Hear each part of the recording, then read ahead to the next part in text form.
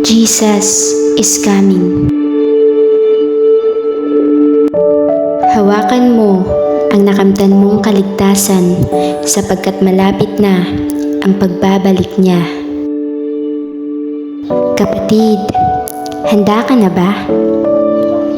Handa ka na bang salubungin ang pagbabalik niya? Handa ka na bang sumama sa kahariang inihanda niya? Handa ka na bang makita siya?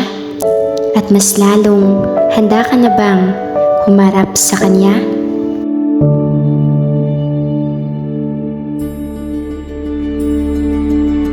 Kapatid, handa ka na ba talaga? Dahil kung hindi, nais kong ipaalala na maging handa ka. Marahil ngayon ay nanghihina ka. Nanlalamig ang pananampalataya sa Kanya dulot ng iba't ibang klase ng problema o di kaya mga pagsubok na di mo na kaya. Marahil nasaktan ka at lumayo sa Kanyang presensya.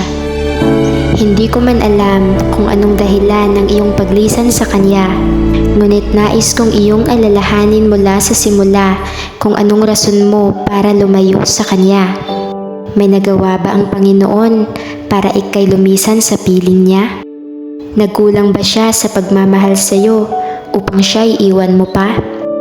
Ni minsan ba nang humingi ka ng tulong sa Kanya upang malampasan ang mga problema, hindi ba siya kumibo upang tulungan ka?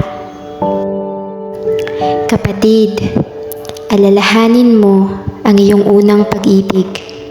Manumbalik at huwag hayaang magtagumpay ang mga negatibong kaisipan na nagmumula sa kadiliman.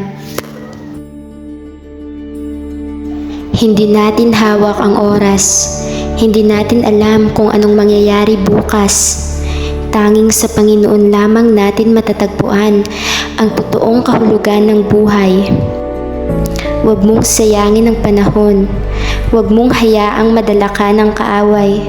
Huwag mong kalimutan kung paano ka iniligtas ng Panginoon. Huwag mong kalimutan na nariyan siya palagi na handang umalalay.